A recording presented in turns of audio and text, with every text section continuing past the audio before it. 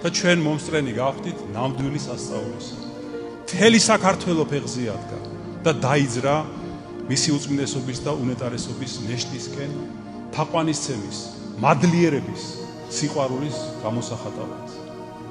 და ეს საოცარი ერთიანობა, საოცარი სიყვარული ღვთისადმი და პირადად მისდამი, მაგრამ მასში ხომ ეკლესიას მერც განადიდებს ჩვენიერი.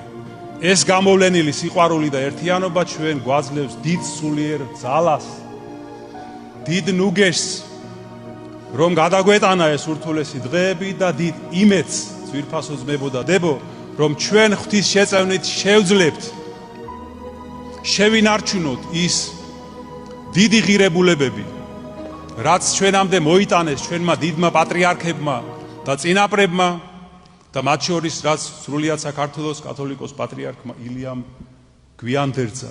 ეს არის ჭეშმარიტი რწმენა ღვთისა, ერთგულება სამშობლოსი და სიყვარული ადამიანისა.